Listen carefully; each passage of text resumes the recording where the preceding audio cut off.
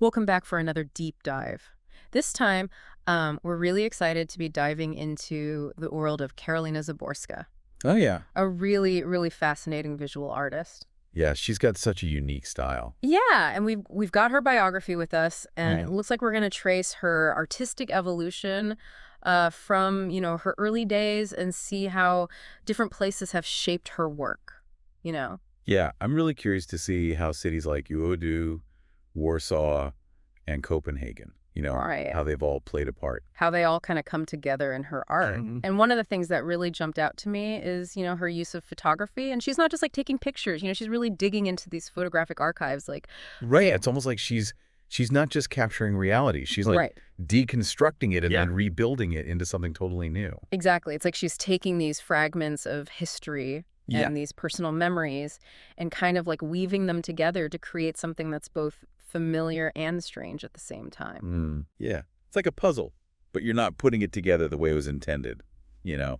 That's a great way to put it. It's like she's remixing history and making it her own. Yeah, definitely. And we should mention that her work goes way beyond photography. Oh, yeah, for sure. Right. We're talking mixed media collage experimental film.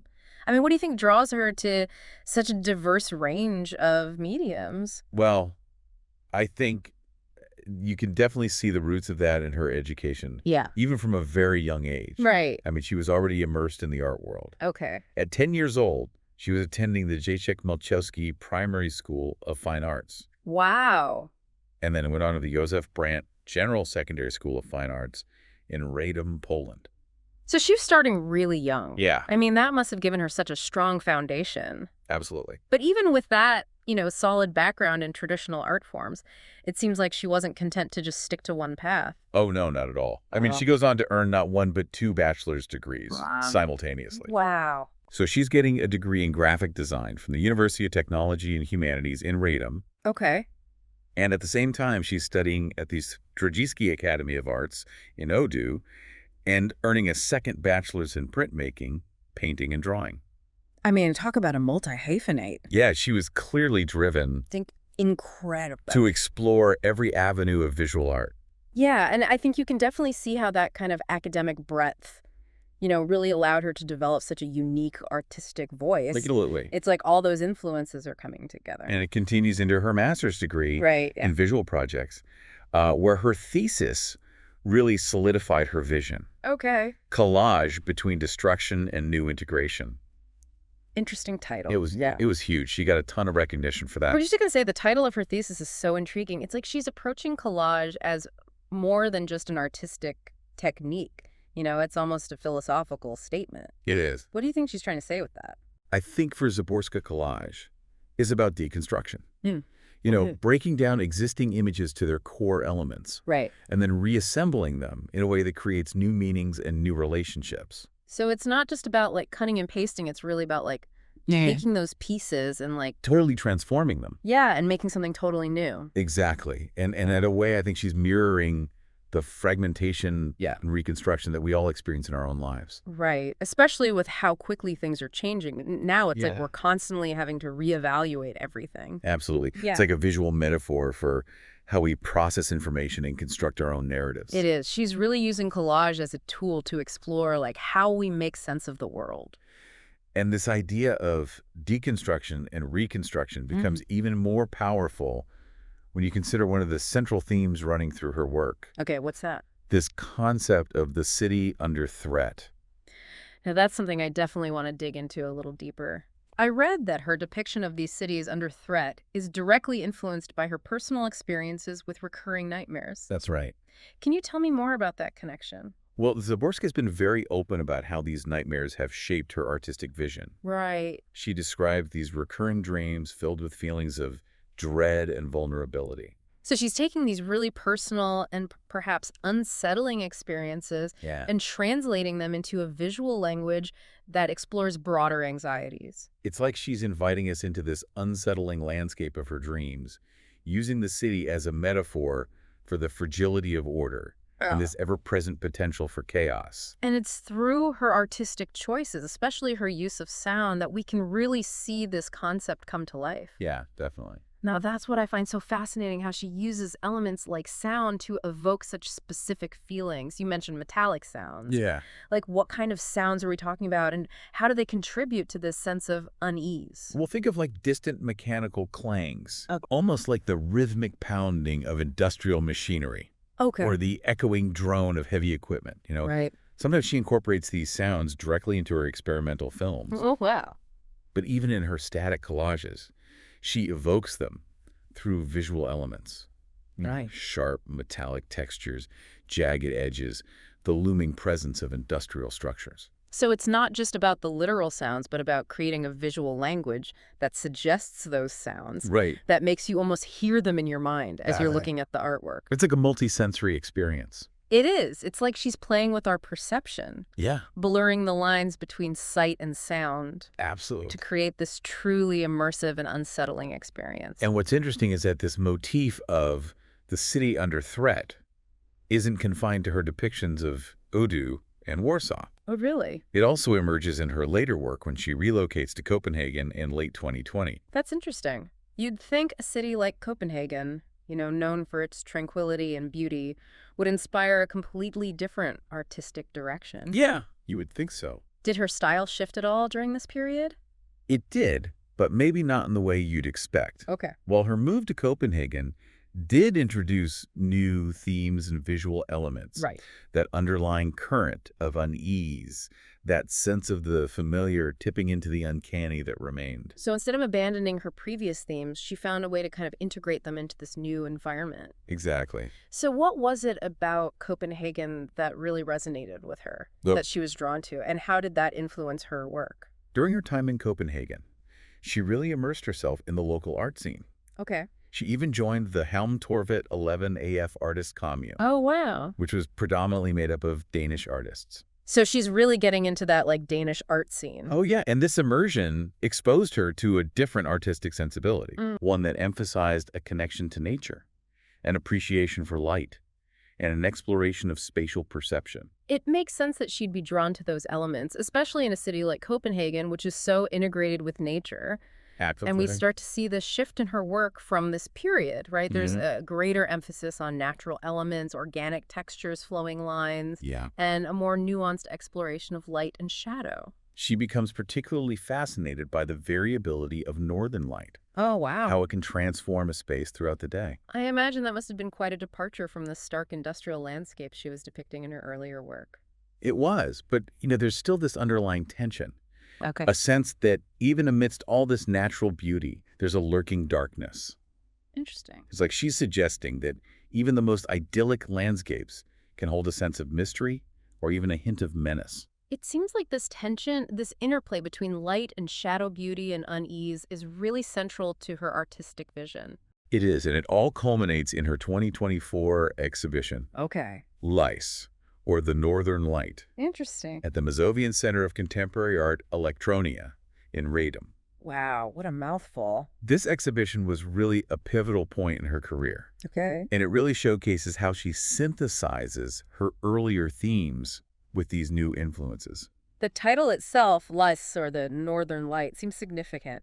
Can you tell me more about the exhibition and how the title reflects the themes she was exploring at that time? Lice, of course, is the Danish word for light, Okay. and the title is direct reference to the aurora borealis, The Northern Lights. Exactly, a phenomenon that holds a really special place in Scandinavian culture. Right. But for Zaborska, it goes beyond the literal. Okay. She uses lice as a metaphor for these fleeting moments of illumination, Interesting. these ephemeral glimpses of beauty and change that light can reveal. So it's about capturing those fleeting moments of light and how they can transform our perception of a space. Yes. And the exhibition itself was designed to be a really immersive experience. Oh, wow. A journey through light and space. So she's not just like presenting artwork, she's creating like an environment. Exactly. She wasn't interested in simply representing the Danish landscape. Okay. She wanted to evoke its essence, its mood, and its emotional resonance. It sounds like she's trying to create a sensory experience, Yeah. almost like stepping into her own perception of the world. That's exactly it. Yeah. And this approach is further emphasized by her inclusion of a quote by Hermann Hesse. Okay. In the exhibition, it says, "Truth has to be lived, not taught." That's a really powerful statement. It is. It really speaks to the idea that art can be a form of communication that transcends language. It allows us to connect with something deeper, something beyond words. And the fact that this exhibition receives support from Statens Kunstfond, the Danish Arts Foundation, speaks volumes about the impact she was having on the Scandinavian art world. So she's clearly making waves internationally. Oh, yeah. What happens after this pivotal exhibition? Does she stay in Copenhagen or does she return to her roots in Poland? Well, in 2024, the same year as her last exhibition, she returns to her hometown of Rade in Poland. It seems fitting that after all her travels and explorations, she would eventually return to the place where it all began. Yeah. It makes you wonder how these experiences have shaped her and what direction her work takes from here. And even though she returns to Poland, her artistic achievements continue to be recognized both at home and abroad. That's great to hear. She receives numerous awards and scholarships, including recognition from the mayor of Odu, the marshals of the Mazowiecki and Odzki voivodeships, and even from the Polish Minister of Culture and National Heritage. It's amazing to see how her talent and dedication have been recognized on such a grand scale. It really is. It speaks to the power of her art to transcend borders and cultural differences. It truly does. But beyond the accolades and recognition, what's truly remarkable about Zaborska's work is how she manages to weave together these seemingly disparate threads, What do you mean? Personal dreams, urban landscapes, natural beauty, and that ever-present tension between light and shadow into this cohesive and deeply resonant artistic vision. It's like she's found a way to make sense of the world's complexities through her art. Yeah. And in doing so, she helps us make sense of them too. That's a beautiful way to put it. Thank you. And I think that's what makes her work so compelling. She's Yeah. not afraid to delve into the darker aspects of human experience, the anxieties and uncertainties that we all face. Right. But at the same time, there's this glimmer of hope, a sense that even amidst the chaos and uncertainty, there's beauty to be found, connections to be made, and meaning to be discovered. This has been such a fascinating deep dive into the world of Karolina Zaborska. Yeah, it has. I feel like we've only just scratched the surface of her work. Definitely. Yeah, almost like she's taking those industrial sounds and weaving them into the visual fabric of her work. It's like she's creating this multi-sensory experience where you're not just seeing the art, you're almost hearing it too. Exactly. Yeah. She's playing with our perception, blurring the lines between sight and sound It's really effective. to create this really immersive and unsettling experience. Yeah, and it's interesting that you mentioned how this motif of the city under threat isn't just limited to her depictions of Odu and Warsaw. Right. It pops up again later when she moves to Copenhagen in late 2020. Exactly. Which is kind of surprising, Yeah. You think of Copenhagen as this tranquil, beautiful city. Yeah, very idyllic. So did her style change at all when she moved there? It did, but maybe not in the way you'd think. Okay. While her move to Copenhagen definitely brought in some new themes and visual elements, Right. that underlying current of unease, Right. that sense of the familiar tipping into the uncanny, Right. that stayed with her. So it's like instead of abandoning those earlier themes, she found a way to kind of weave them into this new environment. Exactly. So what was it about Copenhagen that she was drawn to, and how did that influence her work? Well, during her time in Copenhagen, she really immersed herself in the local art scene. Okay. She even joined the Helmtorvet 11AF artist commune, Wow. Okay. which was predominantly made up of Danish artists. So she's really getting into that Danish art world. Yeah, and this exposure introduced her to a different artistic sensibility, Okay. one that really emphasized a connection to nature, an appreciation for light, and an exploration of spatial perception. It makes sense that she'd be drawn to those elements, especially in a city like Copenhagen, which is so integrated with nature. Absolutely. And you start to see this shift in her work from this period, right? Yeah. There's a greater emphasis on natural elements, organic textures, flowing lines, and a more nuanced exploration of light and shadow. She becomes particularly fascinated by the variability of northern light. The way it can transform a space throughout the day. Exactly. That must have been quite a departure from the stark industrial landscapes she was depicting in her earlier work. It was, but there was still this underlying tension, Yeah. a sense that even amidst all this natural beauty, Right. there's this lurking darkness. Interesting. It's like she's suggesting that even the most idyllic landscapes can hold a sense of mystery or even a hint of menace. It seems like this tension, this interplay between light and shadow beauty and unease is really central to her artistic vision. It is, and it all kind of culminates in her 2024 exhibition, Eliza, or the Northern Light, Okay. at the Mazovian Center of Contemporary Art, Elektrownia, in Radom. Wow, that's a mouthful. It is. Okay, so the title itself, Eliza, or the Northern Light, seems significant.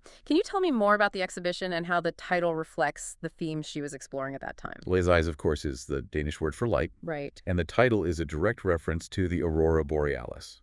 You know, And Northern Lights. exactly, a phenomenon that holds a really special place in Scandinavian culture. Right. But for Zaborska, it goes beyond the literal. Okay. She uses lies as a metaphor for these fleeting moments of illumination, these ephemeral glimpses of beauty and change that light can reveal. So it's about capturing those fleeting moments of light and how they can transform our perception of a space. Exactly, and the exhibition itself was designed to be this really immersive experience, Oh, wow. a journey through light and space. So it's not just like, paintings on a wall. It's like she's created this whole environment. Exactly. She wasn't interested in simply representing the Danish landscape. Okay. She wanted to evoke its essence, its mood, its emotional resonance. It sounds like she's trying to create like a sensory experience, almost like stepping into her own perception of the world. That's exactly it. And this approach is further emphasized by her inclusion of a quote by Hermann Hesse. Okay. In the exhibition, truth has to be lived, not taught. That's a really powerful statement. It speaks to the idea that art can be a form of communication that transcends language. It allows us to connect with something deeper, something beyond words. And the fact that this exhibition received support from Statens Kunstfond, the Danish Arts Foundation, speaks volumes about the impact she was having on the Scandinavian art world. So she's clearly making waves internationally. Oh, yeah. What happens after this pivotal exhibition? Does she stay in Copenhagen, or does she return to her roots in Poland?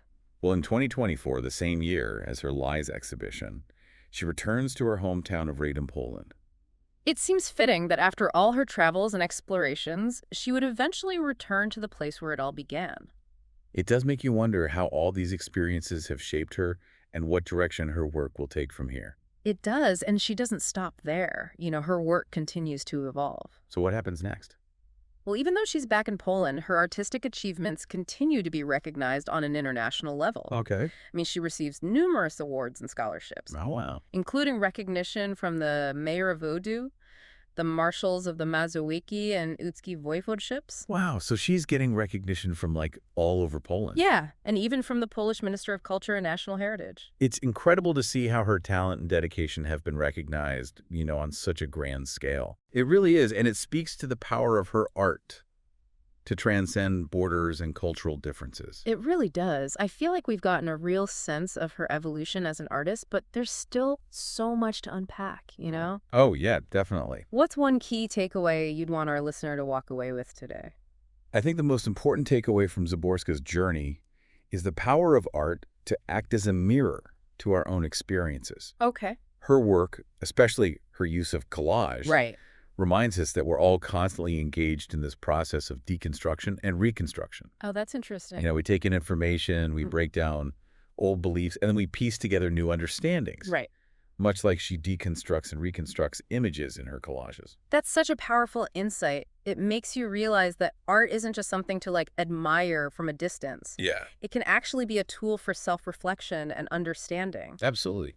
By engaging with art, we can gain new perspectives on our own lives and the world around us. Exactly. And Zaborska's work in particular invites us to consider how we make sense of uncertainty and change. Right. Her exploration of the city under threat, fueled by her own anxieties and dreams, Yeah. prompts us to ask ourselves how we navigate those feelings in our own lives. That's a good question. How do we confront our fears and anxieties? How do we find beauty and meaning amidst chaos? It's like she's giving us a visual vocabulary for exploring those complex emotions, those feelings that are often difficult to put into words. Exactly. And by doing so, she creates a space for empathy and connection. Right. It's like we realize we're not alone in these experiences. What makes her approach even more compelling is that she doesn't offer any easy answers or solutions. Oh, interesting. Instead, she invites us to engage in the process of questioning, exploring, and making our own meaning. This deep dive has been such a thought-provoking journey. I feel like I've not only learned about an incredibly talented artist, but also gained a new appreciation for the power of art to connect with us on a deeply personal level. What's one final thought you'd like to leave our listener with today? I'd encourage our listener to consider this. Okay. How does Zaborska's art resonate with your own experiences? Mm. How do you relate to her exploration of themes like the city under threat, the interplay of light and shadow, or the process of deconstruction and reconstruction? Right. Take some time to explore her work and see what insights or emotions it evokes in you. Yeah. You might be surprised by what you discover. That's a great point. It's a reminder that art is a dialogue, a conversation between the artist and the viewer, Yeah, and each viewer brings their own unique experiences and perspectives to that conversation. absolutely. So to our listener, if you're looking for an artist who will challenge your perceptions, spark your imagination, and make you think deeply about the world around you, Karolina Zaborska is definitely one to explore. I couldn't agree more. Her work is a testament to the power of art to illuminate the human experience in all its complexity and beauty. Thanks for joining us on this deep dive into the world of Karolina Zaborska. It was my pleasure. We hope you've enjoyed the journey.